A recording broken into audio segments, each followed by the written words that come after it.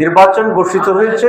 এই জাতি যে নির্বাচন হবে কিনা অনিশ্চয়তা ছিল, সেক্ষেত্রে কিছুটা স্বস্তি আসছে, তারা আশ্বস্ত। তবে আমরা অতীতে অনেকগুলো নির্বাচন দেখেছি যেটা নির্বাচনের নামে প্রহসন ছিল। এবার যদি নির্বাচনে সেরকম একটি ভ্রান্তিকর নির্বাচন হয়, তাহলে বাংলাদেশের অস্তিত্ব সংকটে পড়ে যায়। আমরা সেজন্য সরকারের কাছে দাবি জানাতে চাই, নির্বাচনের বেশ সময় আগে লেভেল প্লেইং ফিল্ড যাকে বলে, সমতল ভূমি সকলের জন্য সমান সুযোগ সুবিধা, এটা নিশ্চিত করতে হবে। যমুনা স্মার্ট রেফ্রিজারেটর, স্মার্ট লাইফে স্মার্ট রেফ্রিজারেটর।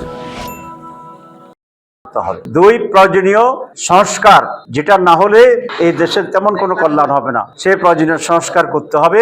এবং বিচার কিছুটা দৃশ্যমান হয়েছে, কিন্তু মূল দোষী যারা আছে তাদের বিচারকে এই সময়ের ভিতরে সম্পন্ন করতে হবে। তাহলেই একটা মৌলিক পরিবর্তন হবে, বাংলাদেশের সমৃদ্ধির দিকে এগিয়ে যাবে এবং একটি নতুন বাংলাদেশ গঠিত হওয়ার ক্ষেত্রে রাজনৈতিক একটা পরিস্থিতি তৈরি হবে, পরিবেশ তৈরি হবে।